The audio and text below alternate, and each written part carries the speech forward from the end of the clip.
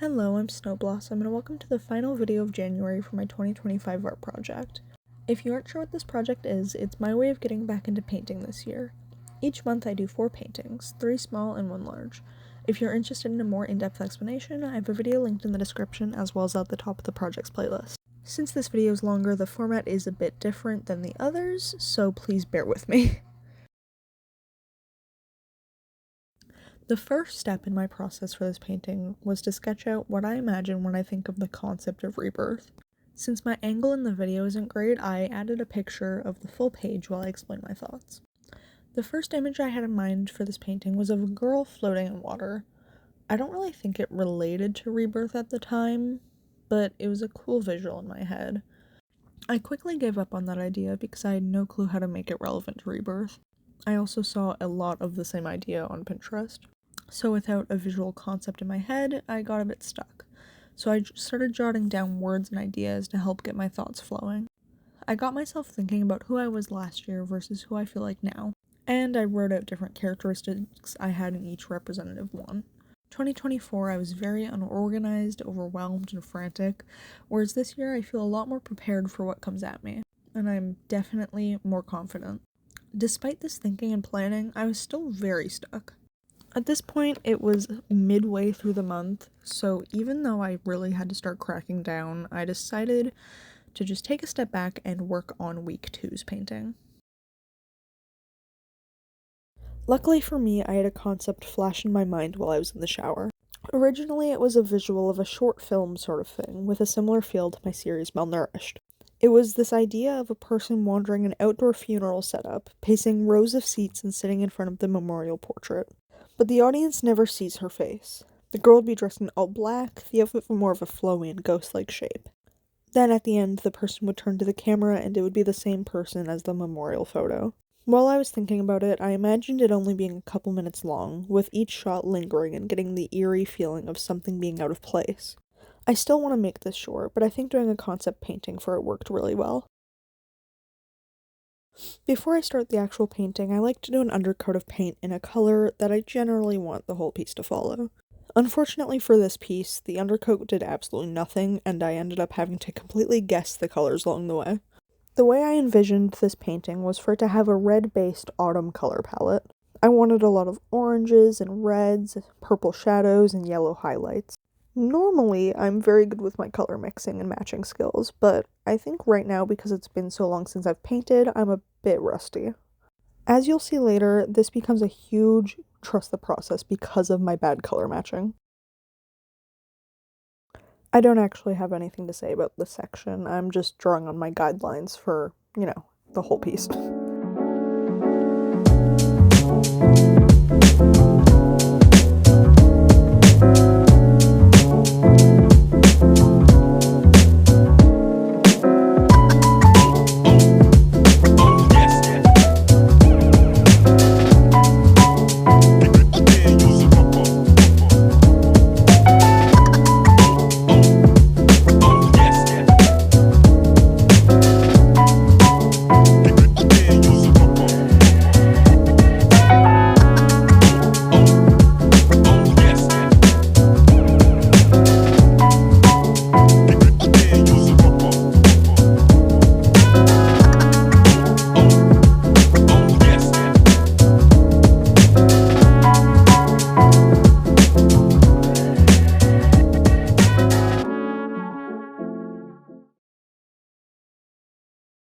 Since this section of painting is a bit longer, I wanted to use this time to talk about the character depicted in the painting. This character, the brown-haired girl, is a nameless and identityless character that I have appear across many of my pieces. Whether it be a painting, sketch, play, series, or poem, she's probably there. She's a mix of an original character, a self-insert, and a representation of an alternate universe me. It would be a lot easier to call her a Sona, or simply a self-portrait, but she's so much more than that to me. A lot of the time, when I make a piece of art that is self-representative, symbolic, or sort of event, I get images of the piece in my head, and I'll try to create it with an existing character of mine, or make it fan art, but it never feels right. So, in those vulnerable pieces, I use the brown-haired girl by default. I would like to make more art of my own characters, or just fan art. But I always find myself coming back to her. Originally in this piece, the girl in the painting was just going to explicitly be me, but I got scared that if I drew myself attending my own funeral, my family would get worried about me. So, I used the brown-haired girl as a stand-in. The brown-haired girl originally came to be in 2022 when I was writing a play for school, where the main character, G, represented a certain part of me. G is the original brown-haired girl, but she's not the brown-haired girl, if that makes sense. After that, I just started using a similar design for all of my personal work. The brown-haired girl looks the way she does because, as a kid, my hair was always a brown, shoulder-length bob with bangs cut straight across my forehead. So the brown-haired girl is like a combination of me when I was little and kind of current me. I never even intended the brown-haired girl to be a character I paint a lot, but I feel like it just sort of happens. There are a few older pieces where it was definitely intentional, but more so recently, it just happens. Similarly, the main character of Malnourished, my series, is also a rendition of the brown-haired girl. I don't know what it is with me, but I just can't create characters that I play or that represent me to be anyone other than a brown-haired girl. Like, yes, that is what I looked like my entire developmental years, but it is weird because now I don't like my natural dark brown hair. I mean, I've been dyeing it near consistently for over 6 years now. You know, I actually just realized the reason I might associate myself with the brown-haired girl so much, even though I don't like my hair color, is because in elementary school and middle school, I was horrifically bullied for looking like Dora the Explorer, so that might be it, honestly. Anyway, there isn't much else to say, so I'm just gonna let the rest of this part play out silently, and I will meet you back in the next section.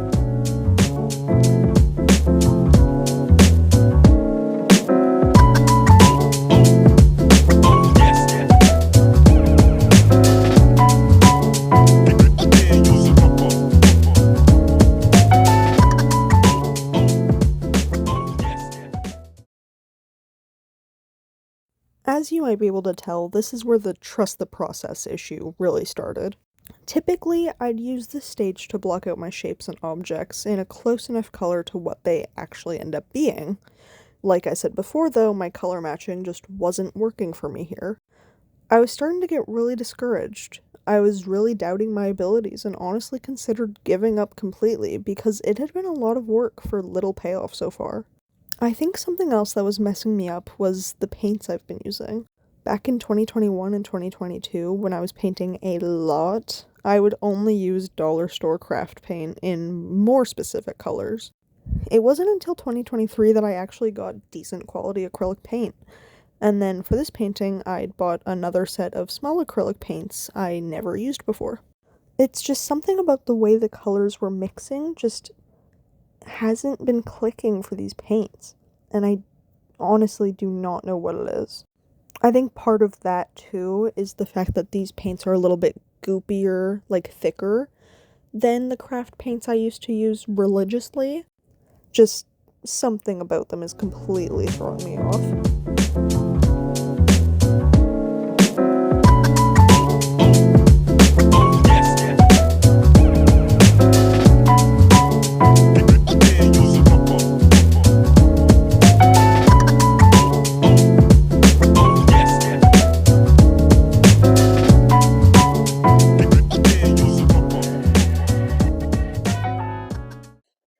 So, like, it's gonna be like a little funeral picture, and the picture is the same person that's sitting here.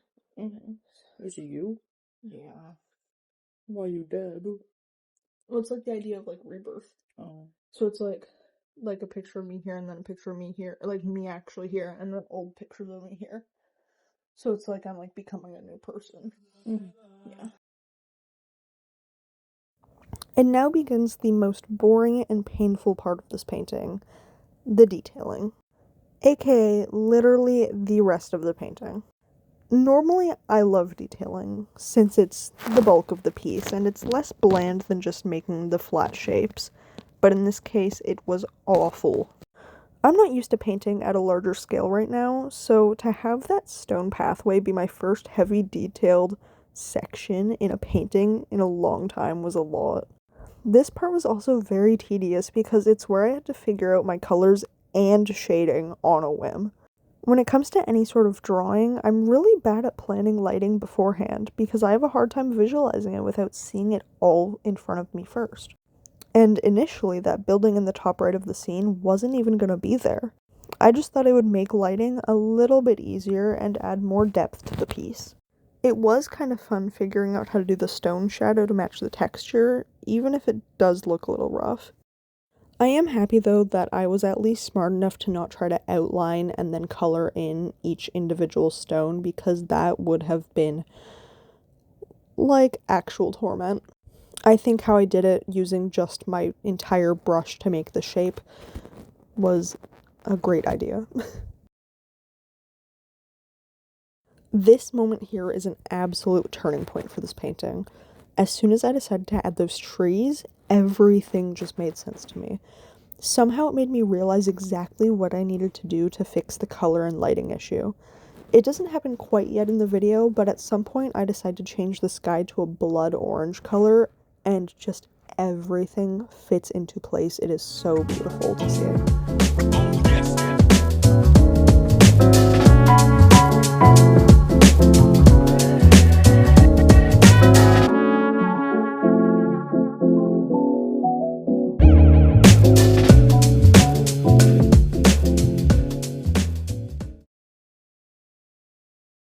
Even though I just finished the painting the other day, I already know there's many things I would do differently if I could go back and try again.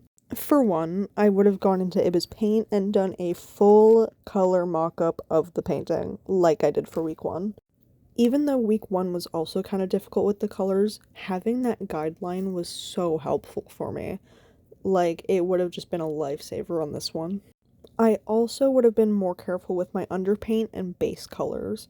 I think if I just spent a bit more time matching the colors from the start, it all would have been so much easier. Another specific thing I would have changed is the color I used for the backs of the chairs. I tried going for a dark purple or like black velvety feel, but I think the darkness of it just ended up clashing with the reds. Like, the tones weren't working. I do think I need to just study chairs more generally. I struggle a lot with them. Final thing I would have liked to spend more time on and readjust is the overall composition and spacing of objects. I feel like the space feels kind of empty, like just enough that it's a bit underwhelming. On a positive note though, some things I would never change about the painting is the color of the sky I ended up with, the choice to add the trees, the look and feel of the framed pictures and window, and the look of the brown-haired girl sitting at the side. I am literally just so happy with how those specifically came out. And I hope whoever's watching isn't too tired of that same, hopefully royalty-free track I've been using, but I have nothing else to say on this section, so you will have to deal with it again.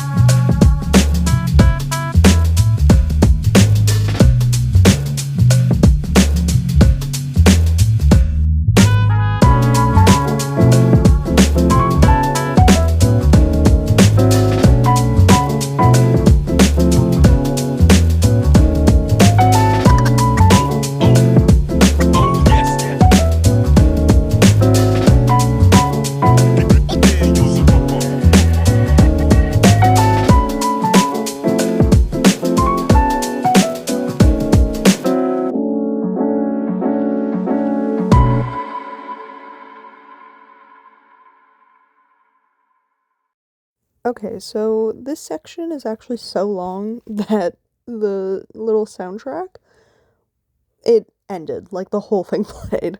So now I'm winging my voiceover. Um, I don't have anything else to say right now. Oh, um, actually, I will use this time to say that if anyone has any sort of like critiques or advice for me, I am so open to anything like that, like whether it's art specific or like making videos. I am so open for advice and criticism. Like, I know that my video quality is not great. I'm recording the entire thing on my phone right now. I do have a mic somewhere, but I lost it. But even art, like, I've been painting and drawing for a long time, but I know my technique isn't great. So if anyone has anything to point out, like, I'm so open for it. Like, feel free to comment, even like message me on Instagram, anything. So open. As we near the end of the video, I think it's about time I finally explain how I fully interpreted Rebirth for this painting and the other three. The obvious first thing I think of with Rebirth is literal rebirth or reincarnation, like as in death and being reborn and, you know, the literal sense. But I more strongly associate rebirth with growing as a person, more so being reborn in a metaphorical sense. Less so with week 2's painting forward, but all of my paintings this month display that same depiction of rebirth. For week 1, the whole idea of my resolution and being able to clean my room is just wanting to move on from past events. And step 1 of that is being able to have my room be unfrozen from 2018. Week 2, I could have done a similar thing and just painted something I wanted going forward, but I felt like it was more accurate to represent confusion for my future. Even if it isn't direct, I feel this also represents my growth, because it means that I'm not grasping onto my old dreams. I'm confused because I'm growing into who I am now, and out of who I was as a kid. With anything relating to rebirth, I could have easily just painted literally rebirth, like reincarnation, but that just isn't my style. I'm someone that prefers to take more symbolic routes when it comes to these sorts of themes. I think it's hard too for me to depict any sort of actual rebirth because the idea of like reincarnation and second lives and just anything after death I feel is strongly associated with religion, and if you know me, I am not religious at all. It's just something that I don't like to think about. So if I were to ask myself, how do I depict what comes after death or rebirth, I think I would just freak out, honestly. Which is kind of funny considering I literally painted myself at my own funeral, and somehow that is less morbid and scary to me. But still, I think trying to ask myself what reincarnation looks like just opens too many cans of worms into questions of reality that I'm just not equipped for. Not only did I choose rebirth as the main theme for January because it's the start of a new year, but also because this project marks a significant change in my art. Acrylic painting is by far my favorite form of visual art because it just feels so natural to me. And it's really special that I'm finally finding time, motivation, and passion to do it again. If you watched this full video, thank you so much, and I'd really appreciate continued support. Next week I start on February's prompts, all based around love, so I'm really excited for it. If you'd like to see more of what I do, I'll have my socials linked in the description, and again, thank you so much for watching. I hope you like the paintings, and I hope you like this whole process. I love it.